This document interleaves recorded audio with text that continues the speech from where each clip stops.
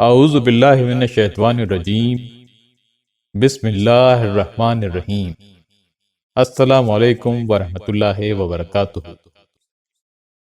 حضور نبی کریم صلی اللہ علیہ وآلہ وسلم کی معراج کا واقعہ آپ کے زبردست موضوع اور واضح خصوصیات میں سے ہے۔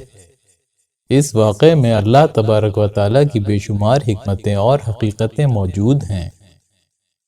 معراج کی پہلی حکمت معارج النبوہ میں روایت کیا گیا ہے کہ حضور نبی کریم صلی اللہ علیہ وآلہ وسلم کا یہ معمول تھا کہ شب بھر کبھی نفل نماز پڑھتے اور کبھی آرام فرماتے۔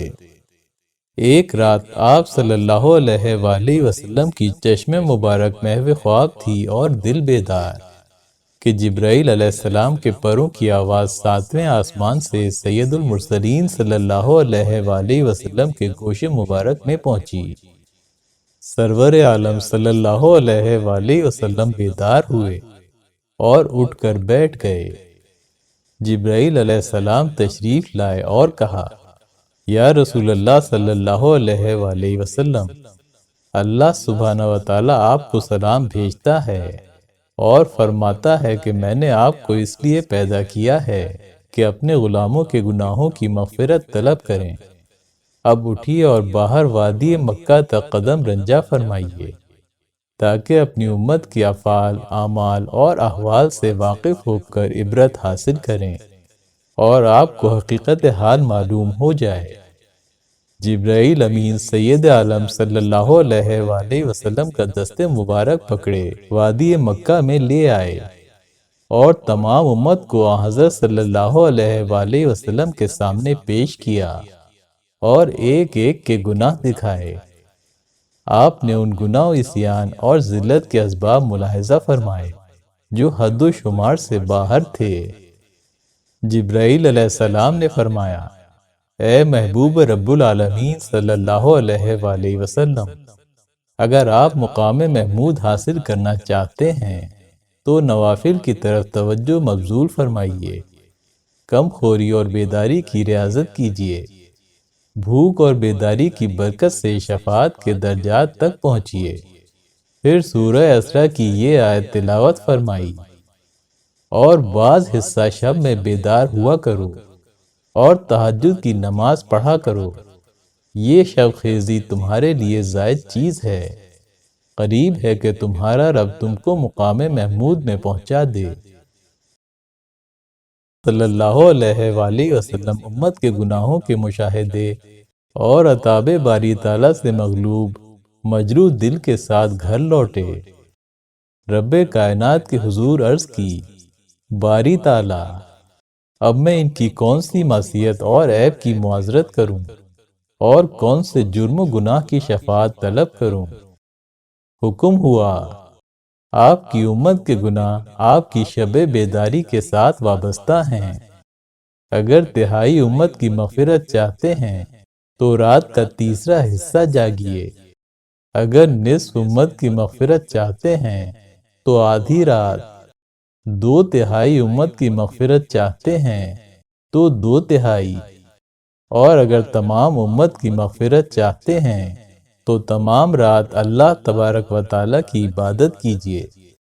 کہتے ہیں کہ سورہ مزمل کی آیات اتریں جو اس ایمانی کو بیان کرتی ہیں، اے چادر اوڑھنے والے، رات کو قیام کیا کرو مگر تھوڑا سا حصہ، آدھی رات یا اس سے بھی تھوڑا سا حصہ کم کر دے یا اس پر زیادہ کر دو، اور قرآن کو ٹھہر ٹھہر کر پڑھا کرو۔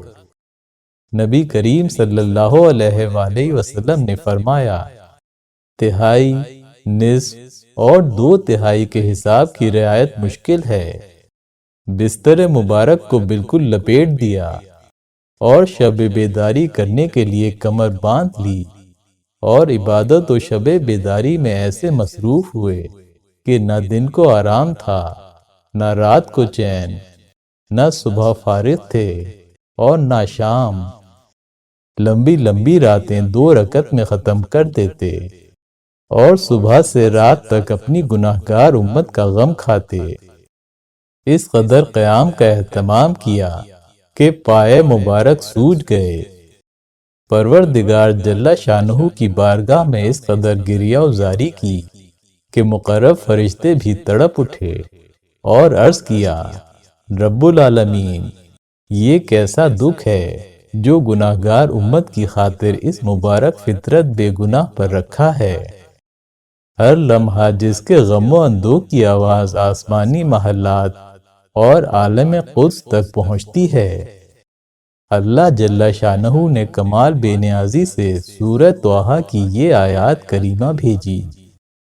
اے محمد صلی اللہ علیہ وآلہ وسلم، ہم نے تم پر قرآن اس لیے نازل نہیں کیا کہ تم مشقت میں پڑ جاؤ، بلکہ اس شخص کو نصیحت دینے کے لیے نازل کیا ہے جو خوف رکھتا ہے۔ یعنی اے محمد صلی اللہ علیہ وآلہ وسلم، ہم نے آپ سے فرمایا تھا کہ ہماری عبادت اور امت کے استغفار کے لیے قیام کیجیے۔ یہ نہیں کہا تھا کہ ریاضت و مجاہدے سے خود کو ہلاکت میں ڈال دیں۔ امت کے گناہوں کو آپ کے سامنے پیش کیا جو آپ کو بہت زیادہ دکھائی دیے۔ اب ہم آپ کو ملکوت اعلیٰ پر لاتے ہیں تاکہ اپنی رحمتوں کے دریا اور مغفرت کے خزانے آپ کو دکھائیں، تاکہ آپ دیکھ لیں کہ معصیت امت زیادہ ہے یا دریائے رحمت۔ معراج کی دوسری حکمت۔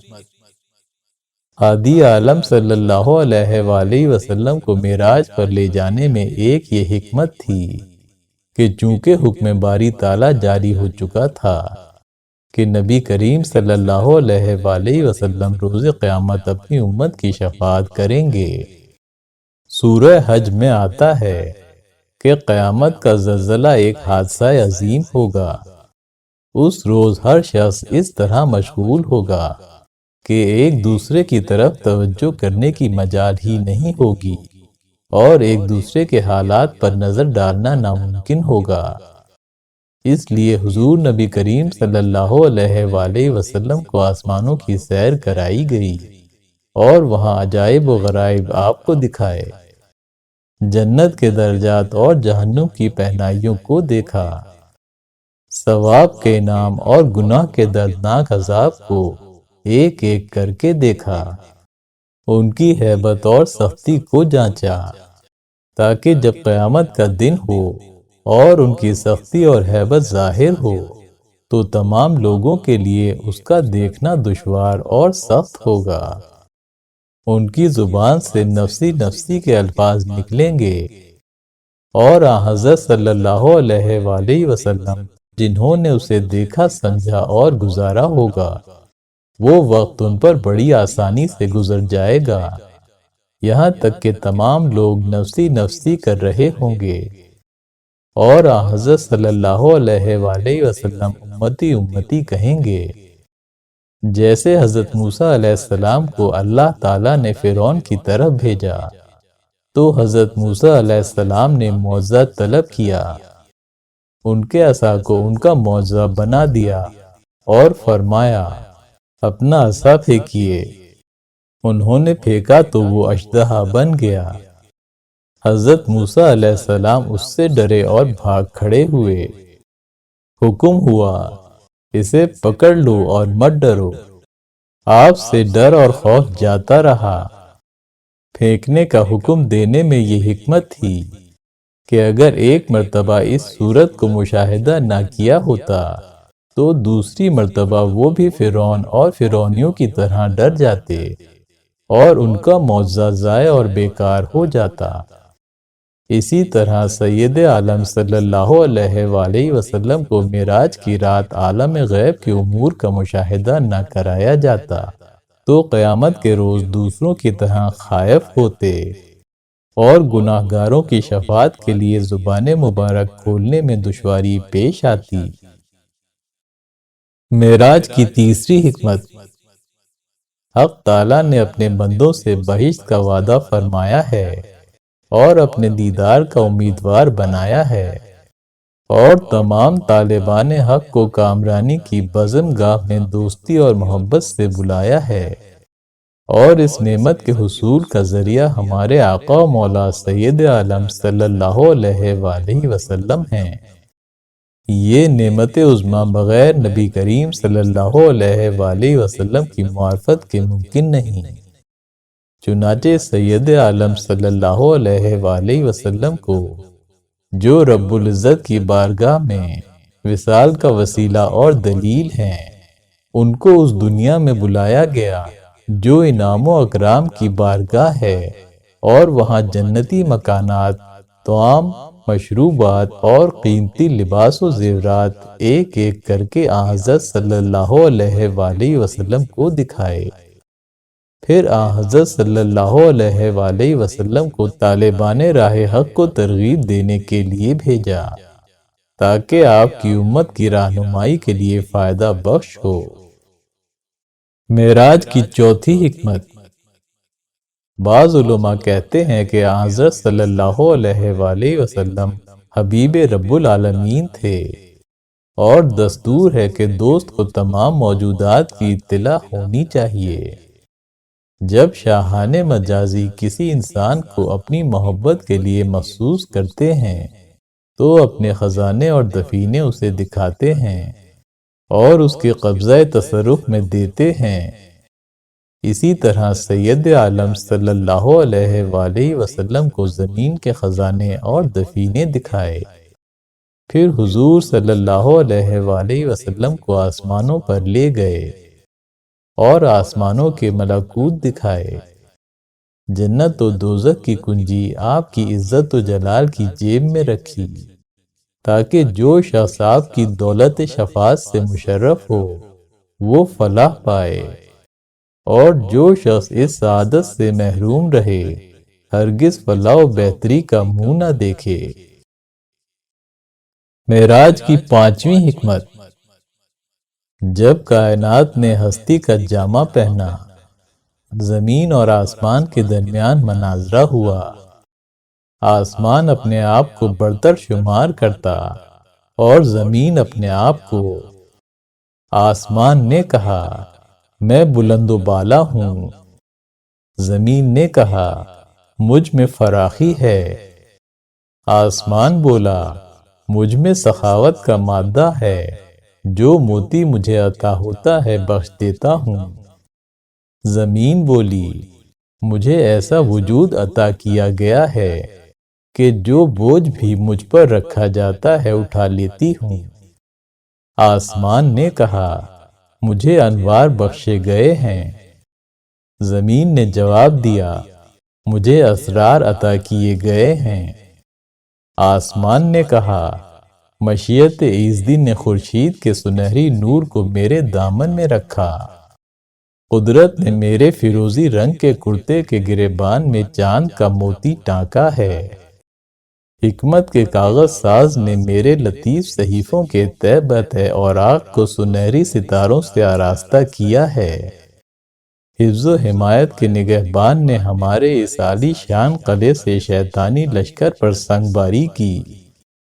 زمین نے کہا، اے آسمان، تو کہاں تک تکبر کرے گا؟ کیا تو نہیں دیکھتا کہ مشیت نے میرے اس وسیع و عریض رنگا رنگ میدانوں کو حکمت کے تقاضے کے مطابق کسی قدر نقش و نگار سے آراستہ کیا ہے؟ قدرت نے میری زلفوں کو باغات کی دلہنوں کے شانوں پر کس خوبصورتی سے لپیٹا ہے۔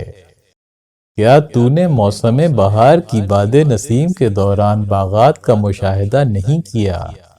یہاں بلبلیں قمریاں پرند ہمہ وقت خوش الحانی میں مصروف ہیں۔ آسمان نے کہا، میں رفعت و بلندی کے اعتبار سے آسمان کا قلعہ، فرشتوں کی عبادت گاہ، بلند و بالا عرش کا مقام و محل ہوں، اور وسیع و عریض کرسی کے احاطے میں ہوں۔ کیا جبرائیل، میکائیل، عزرائیل اور اسرافیل کا مسکن میں نہیں ہوں؟ میں حضرت مریم علیہ السلام کے بیٹے عیسیٰ علیہ السلام کی عبادت گاہ ہوں، اور روح و قلم کا محرم راز میں ہوں۔ تقدس و پاکیزگی کا بیت المعمور ہوں۔ الغرض حسین آسمان نے پریشان حال زمین پر اپنی برتری دکھائی۔ زمین پورنم آنکھوں سے سر خجالت کھجائے کئی ہزار سال مایوس پڑی رہی۔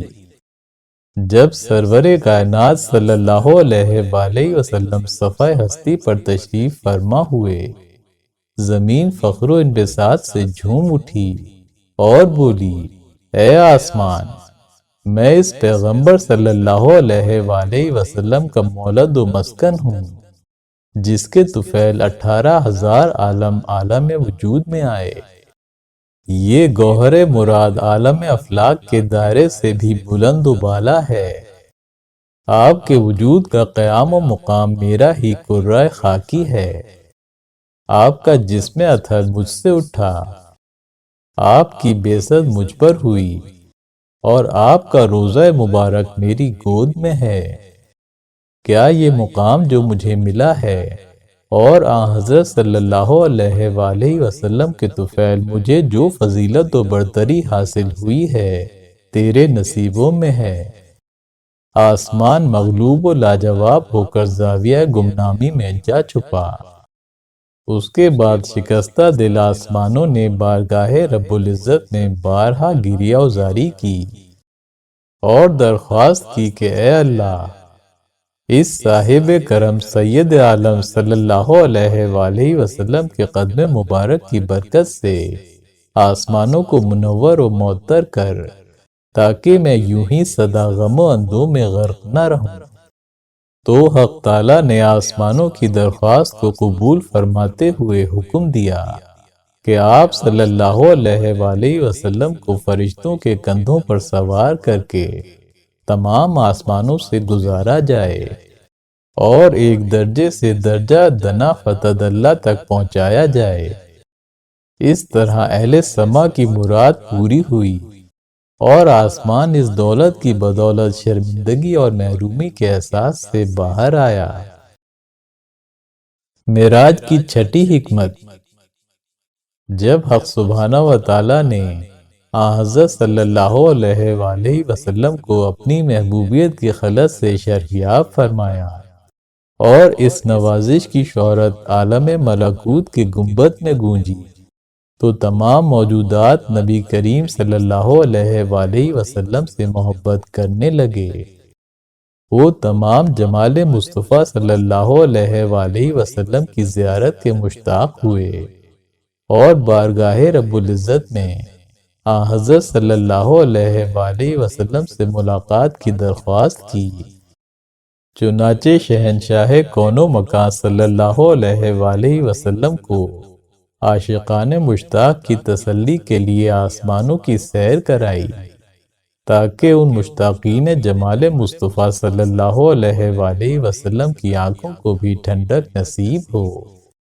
اور کل جہان کو پیدا کرنے کی حکمت آپ صلی اللہ علیہ وآلہ وسلم کو معلوم ہو، بلکہ 18,000 عالم کی حکمت کا علم ہو۔ معراج کی 7ویں حکمت۔ سرور عالم صلی اللہ علیہ وآلہ وسلم کو مکان سے لامکان کی سیر اس لیے کرائی گئی کہ آپ ذات الہی کے وصال کے پیاسوں اور عالم ملکوت کے معتکفین کی خدمت و عبادت کا مشاہدہ کریں اور راہ عبادت پر خوش دلی اور انبساط کے ساتھ گامزن ہوں۔ معراج کی 8ویں حکمت۔ بعض علماء کہتے ہیں کہ حضرت صلی اللہ علیہ وآلہ وسلم کو اس قید خانہ دنیا سے اس بلند مرتبہ مکان پر اس لیے لے جایا گیا کہ آخرت کے لطائف ملاحظہ کریں اور رذائل دنیا سے مکمل طور پر دامن سمیٹ لیں اور فنا ہونے والی چیز پر عالم باقی کو ترجیح دے کر اپنائیں۔ معراج کی 9ویں حکمت۔ ایک روایت ہے کہ اذن باری تعالیٰ ہوا کہ اے محمد صلی اللہ علیہ وآلہ وسلم، آپ عرصے سے ہمارے حسن و جمال کی شہرت اور جاہ و جلال کا دبدبہ جبرائیل کی زبانی سن رہے ہیں اور علم کے چشموں کے پیاسے آب حیات وصل کے طالب ہیں۔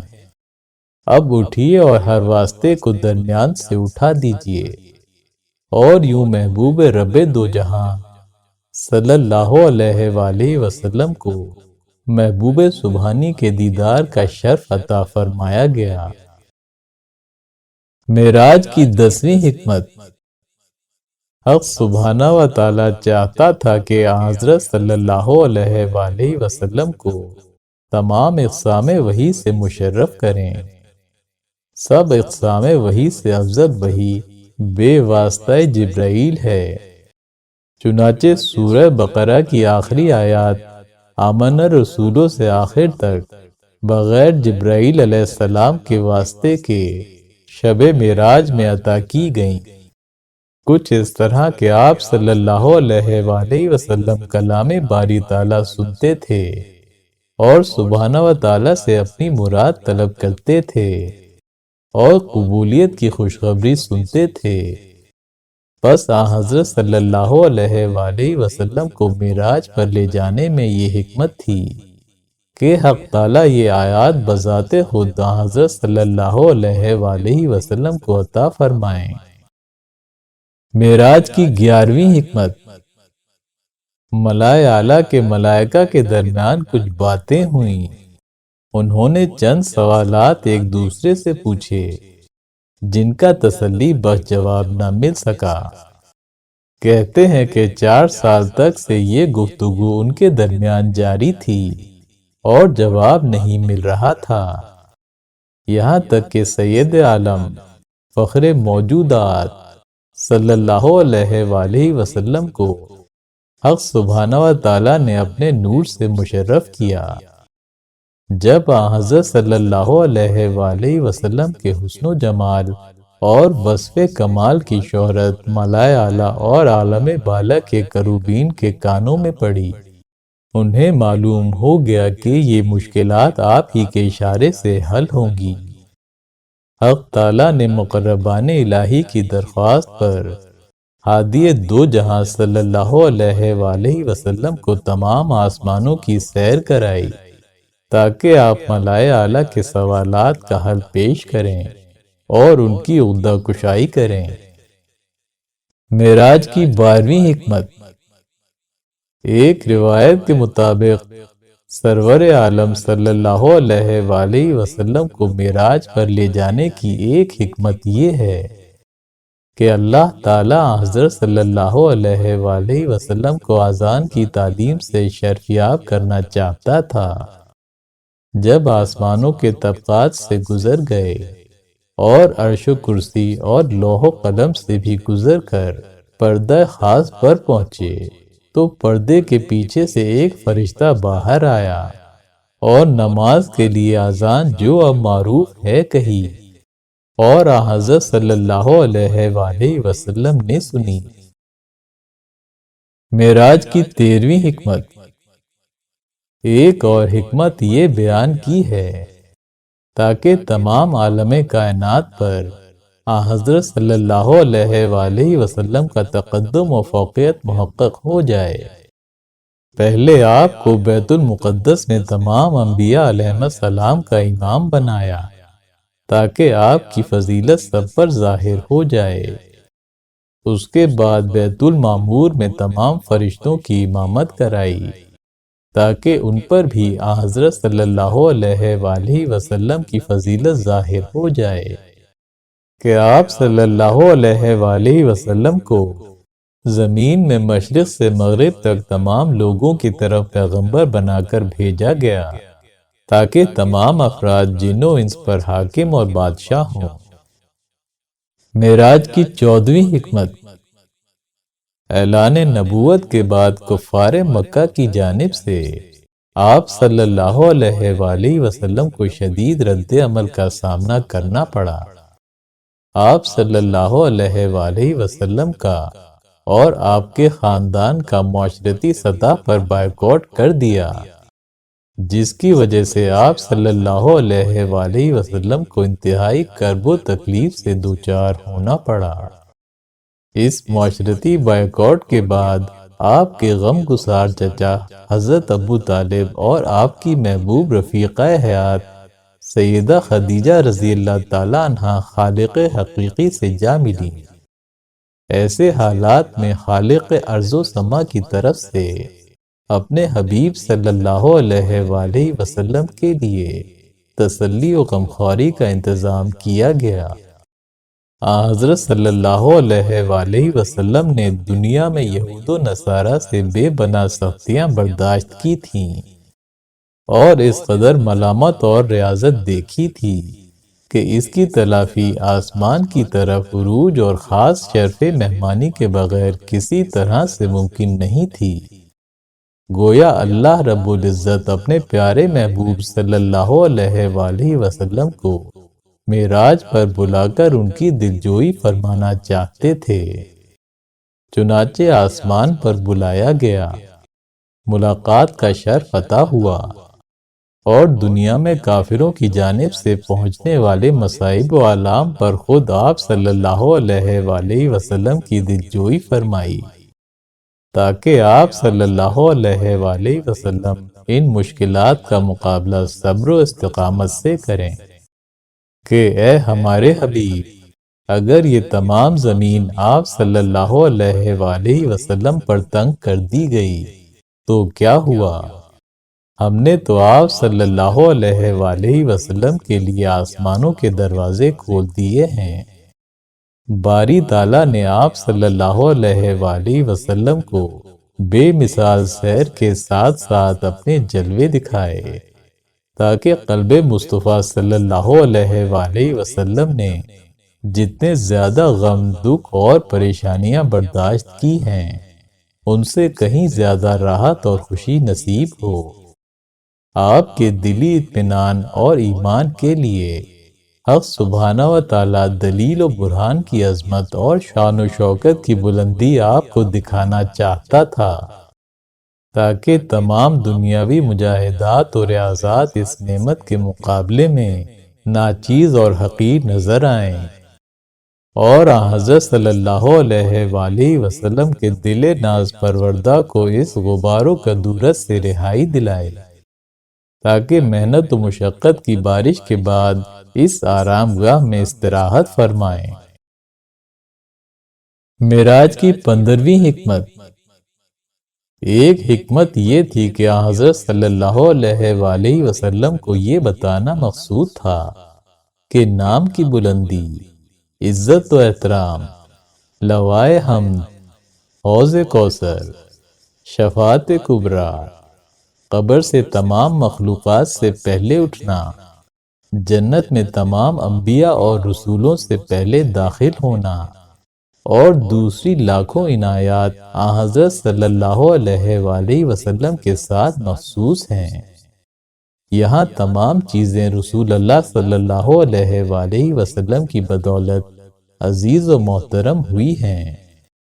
دوسرے لفظوں میں یوں بیان کیا جا سکتا ہے کہ حضرت صلی اللہ علیہ وآلہ وسلم کو معراج پر لے جایا گیا اور دنیا کی بے مائگی آپ کو دکھائی۔ تمام جہان مشت خاک کی مانند آپ کے پیروں تلے دکھایا، تاکہ قیامت کے روز حضرت صلی اللہ علیہ وآلہ وسلم کے لیے شفاعت کرنا آسان ہو جائے۔ کہتے ہیں کہ جب سید عالم صلی اللہ علیہ وآلہ وسلم قاب قوسین کے مقام پر تشریف لے گئے تو حضرت صلی اللہ علیہ وآلہ وسلم سے کہا گیا کہ تمام امت اس جہان میں داخل ہے جو آپ کی خاک پا ہے۔ اگر قیامت کے روز آپ ہم سے اپنی خاک پا کی بخشش طلب کریں گے تو ہرگز آپ سے دریغ نہیں کیا جائے گا۔ اپنے دل کو خوش رکھیے اور اطمینان رکھیے کہ اس باب میں کم و زیادہ میں کوئی مذائقہ نہیں ہوگا۔ معراج کی 16ویں حکمت۔ اللہ رب العزت کے تمام نبیوں اور رسولوں کو آزمائش کے بے شمار مراحل کو طے کرنا پڑا۔ باطل ہمیشہ حق کی راہ میں دیوار بننے کی کوشش کرتا رہا، چنانچہ اللہ تبارک و تعالیٰ نے اپنے مقرب نبیوں اور رسولوں کی عظمت کا اظہار انہیں معجزات سے نواز کر کیا، تاکہ لوگ انہیں احترام اور عزت کی نگاہ سے دیکھیں۔ انبیاء کرام کے معجزات در حقیقت اللہ تبارک و تعالیٰ کی مشیت کے مظہر ہوتے ہیں۔ چنانچہ نبی کریم صلی اللہ علیہ وآلہ وسلم کو امتیازی طور پر تمام انبیاء سے اعلیٰ و افضل معجزہ معراج کی صورت میں عطا فرمایا گیا۔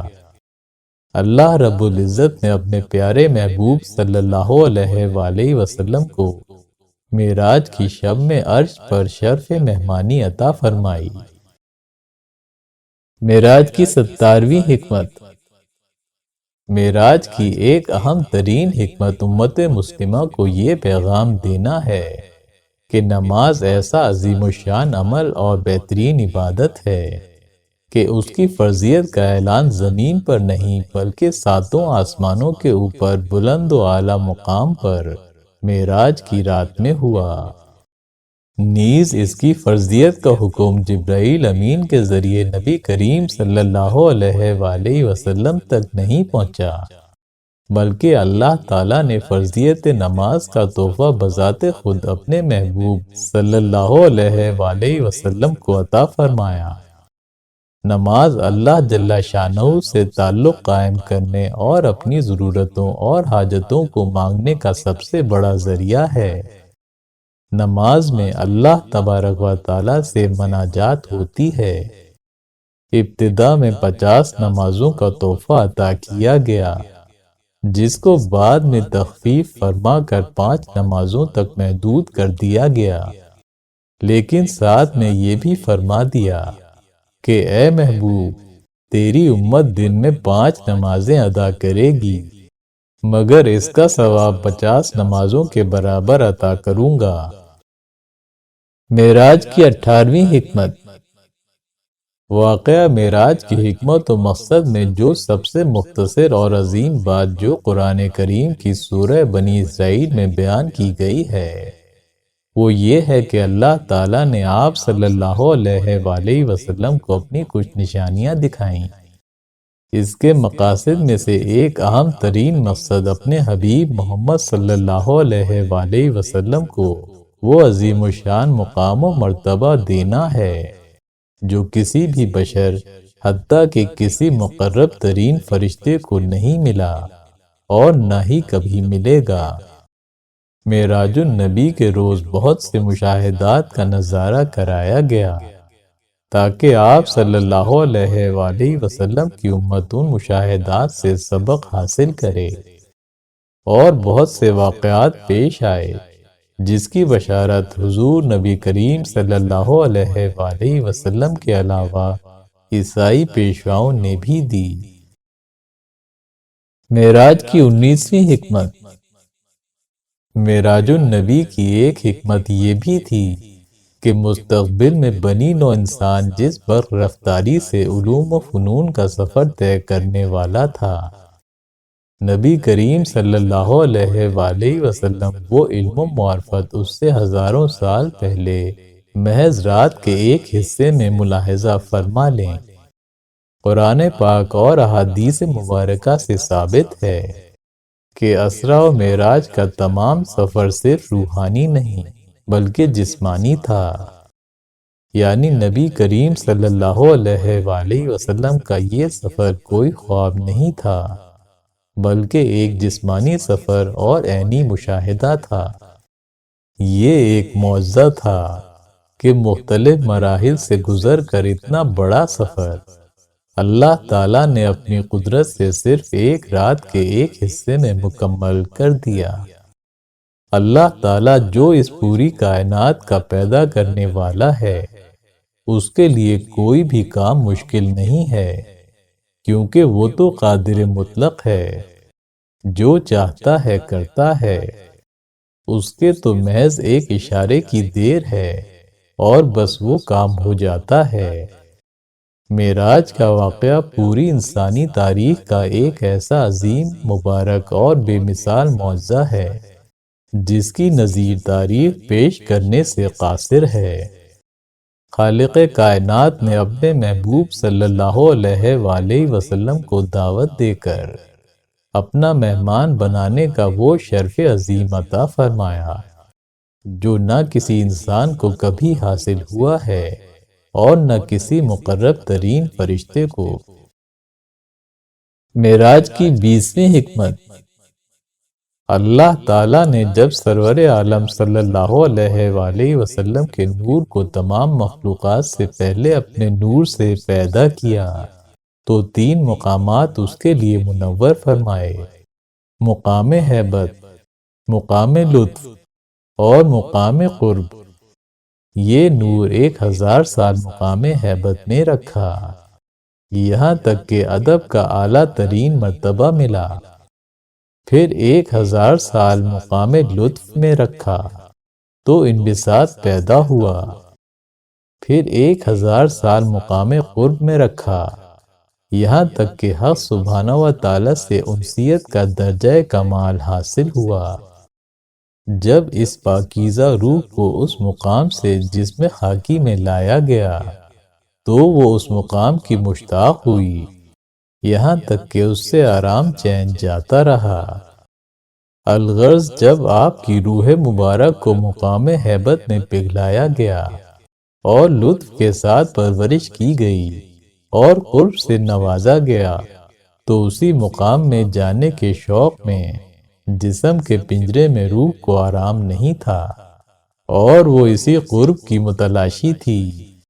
جان کو بغیر بدن کے اس مقام پر لے جانے کی کوئی صورت نہ تھی کہ اگر بے جان رہ جاتا تو شریعت کو قائم کرنے سے عاجز آتا۔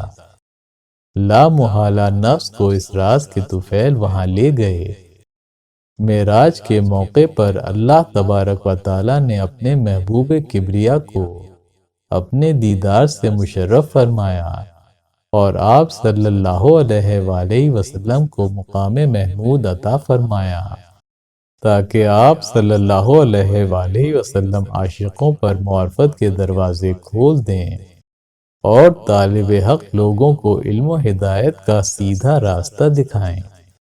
نیز آپ صلی اللہ علیہ وآلہ وسلم کی امت کی بخشش کی نوید سنائی گئی۔ امید ہے ویڈیو آپ کو پسند آئی ہوگی۔ پسند آنے کی صورت میں لائک اور شیئر ضرور کیجیے۔